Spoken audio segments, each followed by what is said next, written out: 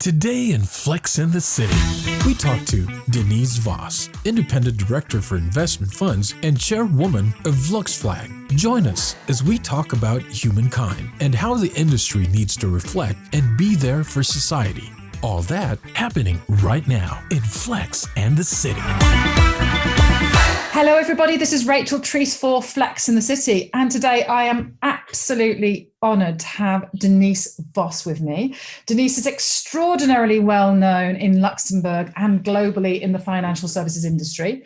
She is an independent director for investment funds, a chairwoman of LuxFlag, and the former vice chair and chair for Alfie for 8 years. She's also a mother, a daughter, a sister, and a wife. Big welcome to Flex in the City, Denise. Thank you for joining me today. Thank you, Rachel. It's a pleasure. You're very welcome. So I know you a little bit, but I'd love to know you a little bit more. And this is about the human side of the financial services industry. So could you tell me and the listeners out there a little bit more about you, where you came from? I know that you're American. I know that you've been in Luxembourg for a long time, but tell us a bit about your story. Okay, well, from the very beginning. Right. No, I was born in LA and moved to East Coast of the United States, where I spent most of my life there. And 31 years ago, in June it'll be, I said yes to, actually I asked for a 2-year exchange with Coopers & Lybrand in Boston to Coopers & Lybrand in Luxembourg. So the idea was to speak and learn French, all that French I took in class. Did you speak French back then? Yes, but in the US, you don't really speak a language. Just learn it, that's all. So I was very lucky because the office of Coopers & Lybrand was French speaking in Luxembourg, so it was great. Yeah, and again, such a typical story. I extended a year and then became a local employee of Coopers & Lybrand, and then I left to join Franklin Templeton, which in Luxembourg, which was my client actually. And it's true that arriving back in 1990, the beginning of UCITS was great timing, and there was lots to do. We were really there at the beginning of something amazing. In fact, when you look at how successful UCITS and Luxembourg UCITS have been since then. So again, very typical. I married, found someone to marry here very early on. Met him, had a daughter, Marguerite, who is like children born in Luxembourg, French American and Luxembourgish. She's 21, going to university in Boston, actually at my university, oddly enough, at Tufts University. But she's I was a psychologist. She is studying biomedical engineering and wants to be a physician. So wow, so she's got a few more years to do then. Oh yes. Good thing mom is working hard to support that. It's true. It's an amazing amount of debt you can take on in the US for that kind of a profession. Absolutely. So Denise, you've been in leadership roles and in financial services for many, many years now. What have you taken from some of the leaders that you've learned from? You know, what is it that you like in leadership, and what do you stand for as a leader?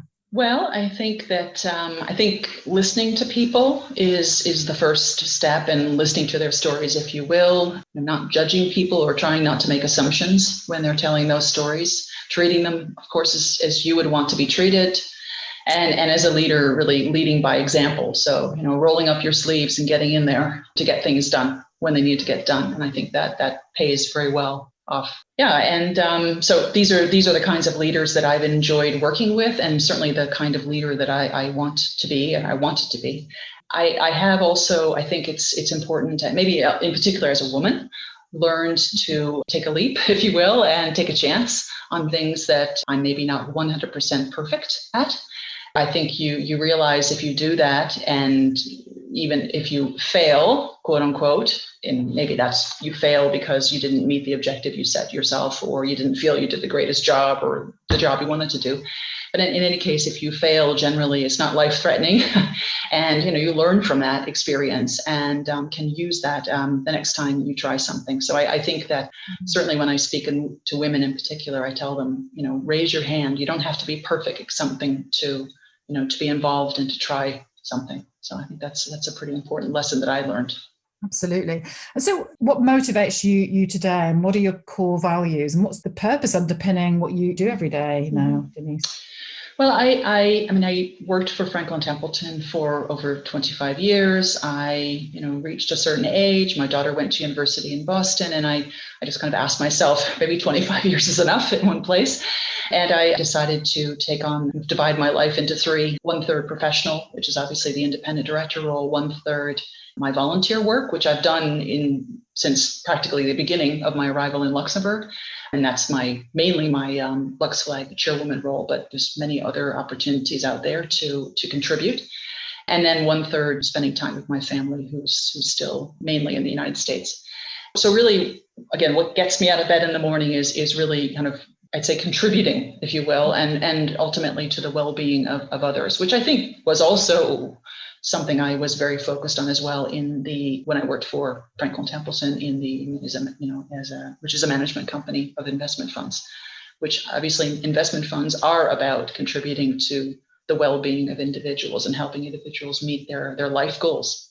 Absolutely. So what we're talking about is the purpose of the whole industry. So I'm curious to know, Denise, I had somebody come to see me recently, a young 21-year-old with a first-class honours degree in economics, and I talked to him about the financial services industry, and he told me that he'd got very little interest in it, which makes me very sad. So what do you think the industry needs to be doing more to attract young talent like that? What do we need to be doing more of?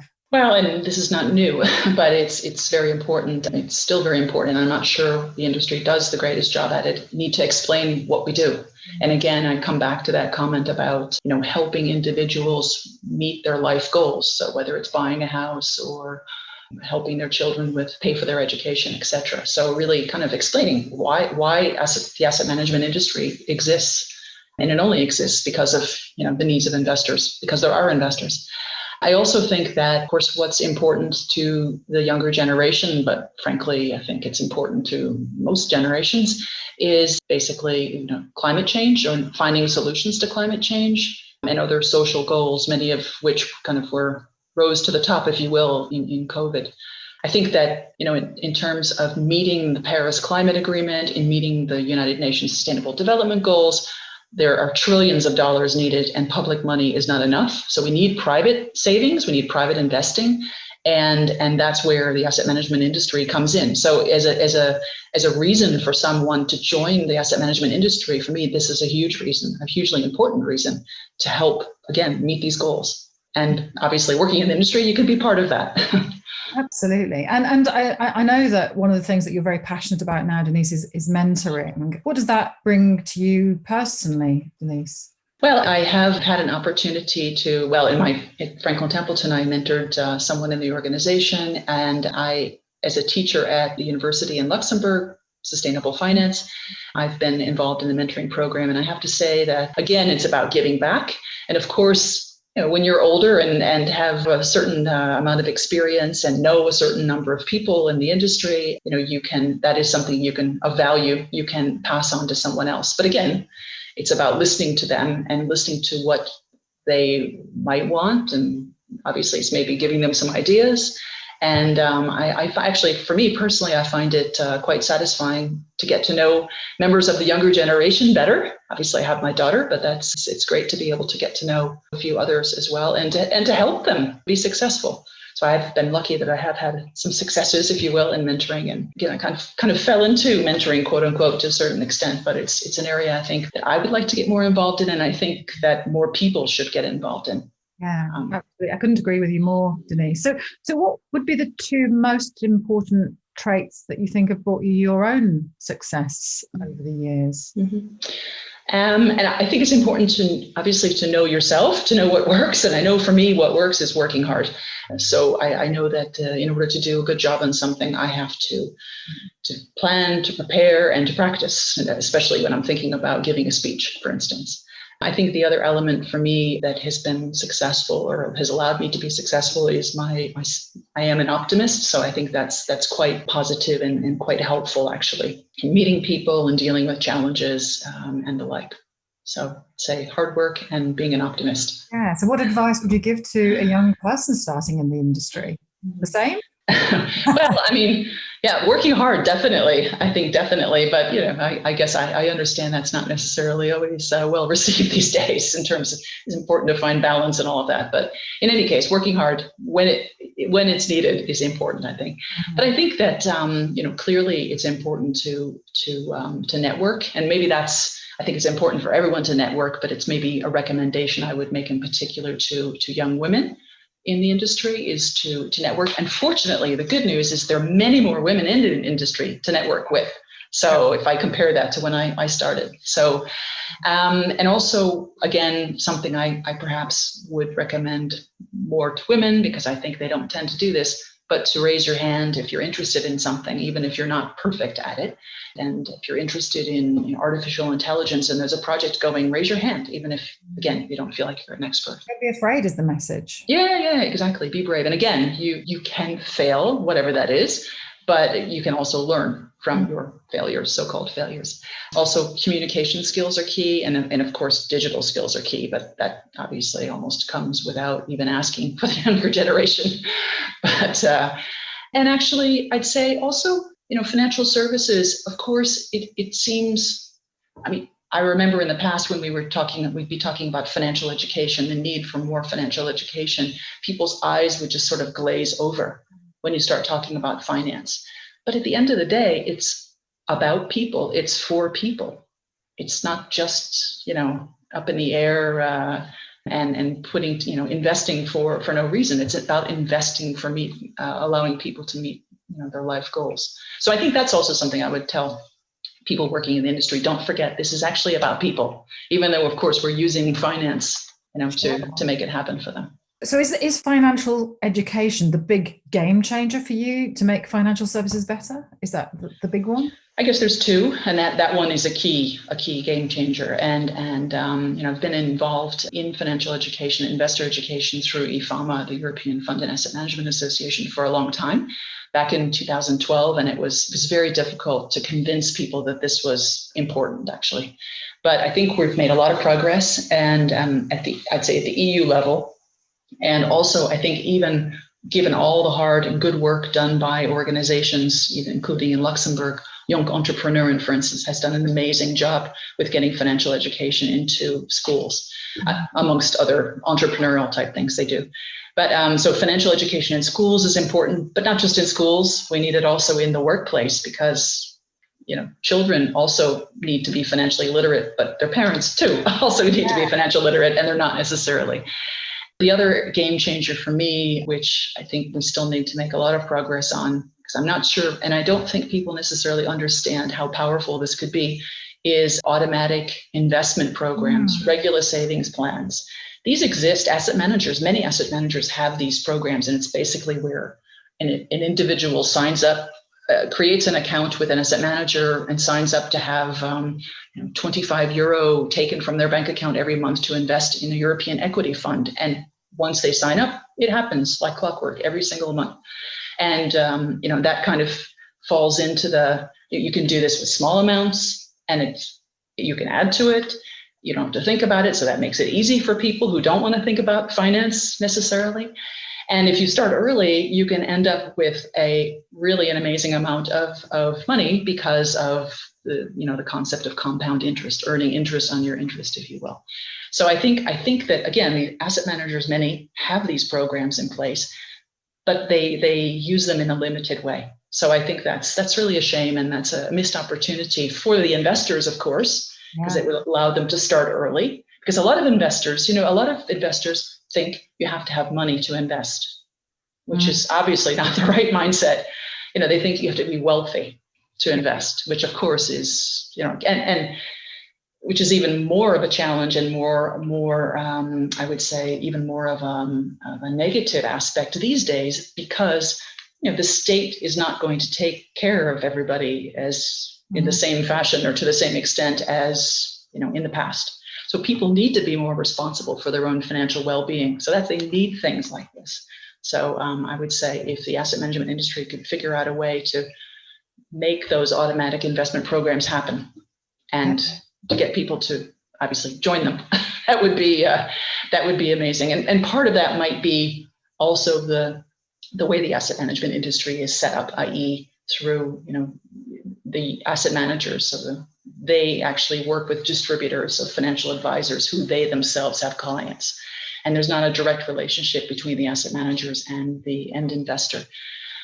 if there was, it would be easier for the asset managers to say, okay, here's my regular investment program. You can sign up. This is how you sign up and have you. But that actually, speaking about the younger generation of investors, that I would say also has to be where the asset management industry has to understand they have to get to, i.e. be willing and open to a more direct relationship with investors, which is not really necessarily the mindset. So you have a 21-year-old daughter, Denise. Does she invest? Yes, definitely. Her mom got her started on her automatic savings plan, automatic investment plan. That's the right answer. As I did with my nieces. So I felt it was my absolute job to do that. And the deal is I fund it until they're 25, and then they have to keep doing it and add to it. And do you think if you weren't involved, that they would have made that decision to invest, that they'd have been attracted to one of our classic asset managers or not? No, they wouldn't have known about it. Because actually some of the most, I think what is another issue, the industry, well, I mentioned that earlier, we have to explain what we do as an industry, the asset management industry, without using jargon. And I have to say some of the most challenging conversations I've had was in particular the conversation I had with my oldest niece, who was the first one I did this with, explaining how it all works. That was not easy. And then with my daughter, actually, that was more just about putting money in the savings account as opposed to investing. But when she was 8, she got some money from her grandparents, and I tried to convince her to put some money in a savings account. And I said, you put it in the bank, you can get it whenever you want. And she said, no way, I'm not going to give it to the bank. It's my money. And then and then I explained to her, yes, but if you give them money, they pay you for it. It's called interest, but they pay you money for it. And she's like, I'm not buying this. But then we had set up a savings account for her. And when I showed her, so she's 8. So when I showed her the statement and she saw she got, I don't know, €3 or something, for what she had left with the bank. When the grandparents gave her money, she's like, put some of that in the bank. So you have to. So that was just a great example of how you have to adapt the way you explain things to the age of the person you're explaining to. Real experiential learning. That was fun. Absolutely. So you've had this incredible career in the industry. Raised a family, etc. When you haven't been working and raising a family, what kind of things have you been really interested in, Denise? Well, family. I'd say. I think family. I studied and did a lot of dancing when I was younger till I was about 22 or 23.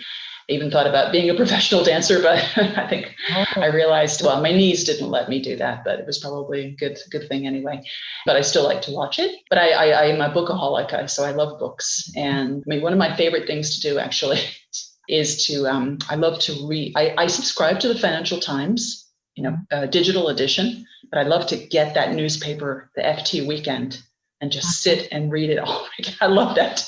It's an amazing, it covers life, that weekend edition. It doesn't sound like it. If you don't know it, it sounds like it would just be all about finance, but it's not at all. It's about books and art and all that stuff. So, and but otherwise I love books. And so, do you have a tip for our listeners? Is there a book that you've read in the last year that you'd say, listeners, this is a fantastic book? Yes. It's a book called Humankind by Rutger Bregman, Bregman. Mm-hmm. He's a Dutch thinker, if you will. I think this is his second book. And effectively the premise of the book is that people are good and want to work together, and that people at the base, if you will, people are good. And he uses a very good example of the Lord of the Flies. So everybody, I think, knows about the book or the movie, The Lord of the Flies, where, a number of boys get shipwrecked or stranded on an island, and, anarchy comes out of, and basically anarchy and evil are the result. But that was just a book and a movie. And apparently the author of that book was not the most pleasant person, from what I understand. But anyway, so Bregman in the Humankind book, he actually hears about a true life Lord of the Flies story, and he actually finds it. It was boys from an island in the Pacific who played hooky one day from school, took a boat and got shipwrecked for over a year on an island on their own. And when they were picked up, saved by a captain on a boat, they were in great spirits, healthy, well. So basically completely the opposite of the book and the movie, The Lord of the Flies. So it's, again, the message is people are good. It's challenging to actually realize that sometimes when we see what's going on in the world, but fundamentally and, historically, people have cooperated and are good. Yeah. But it's the kind of book when it's done, you really are sad. You really want it just to continue. So it's a great read. So if we were to take the Bregman perspective on the financial services industry, and you're a psychology major, how do we stop the likes of the Madoffs happening in the future? How do we stop the greed? Do you have any perspective on that, Denise? Stopping the greed, I don't know, but I think that, obviously that was one person. Of course, people were. That's why I think behavioral finance, for instance, is quite interesting, because clearly, obviously there were a number of signals with the Madoff case, but clearly those signals were not heard. I mean, I think that, I think in the asset management industry, if you talk to asset managers, they will say, why funds are expensive because the distributors charge too much.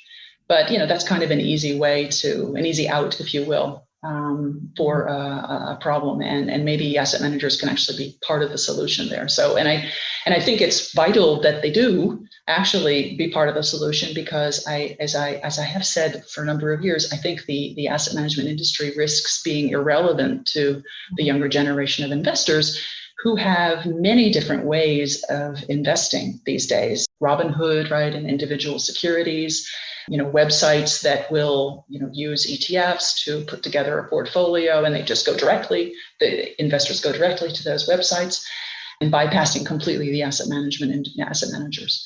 So I think that, and that's obviously asset managers interacting with investors, or this is obviously the reason why the industry exists. But it's also important that the asset managers explain, why it's a great industry and why it's an important industry, to future talent, obviously, who could join the industry. I think that the whole sustainable finance, working on climate change, working on social issues, is an amazing once in a lifetime opportunity for the asset management industry to explain its role in finding solutions or financing solutions to those problems. So I think that it definitely needs to be taken up by the industry as a reason for why you invest and also why you work in the industry. Greed, I don't know. Coming back to greed, I suppose there's always greed, but I think that if the leaders of the industry, do speak in the right way, the right tone, and saying, we're here for you investors, and they mean it, and they really do follow through with it, including, engaging with distributors to try to, get fees reduced or what have you, then I think that, that will be, that will help the industry and help make a future for the industry as well. As somebody who's so seasoned, I want to give you a platform to give a calling to the leaders in this industry. What is your message to the leaders in the industry, Denise?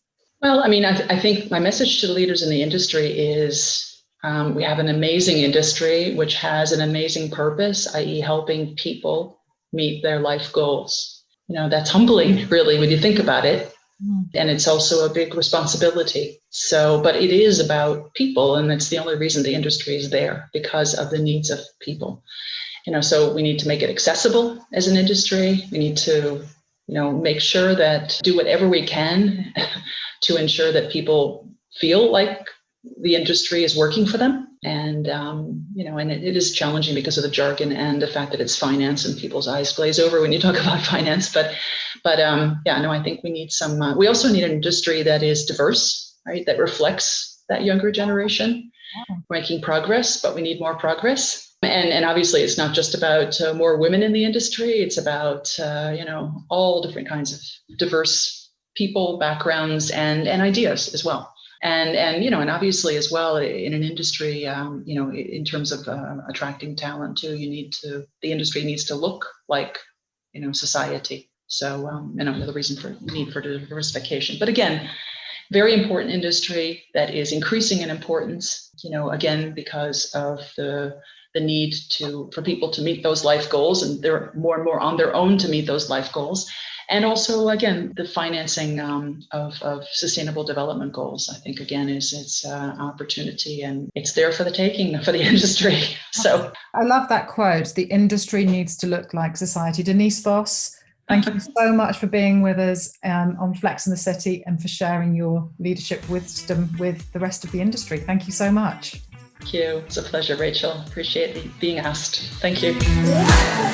You just listened to Flex in the City. Catch us on our next episode.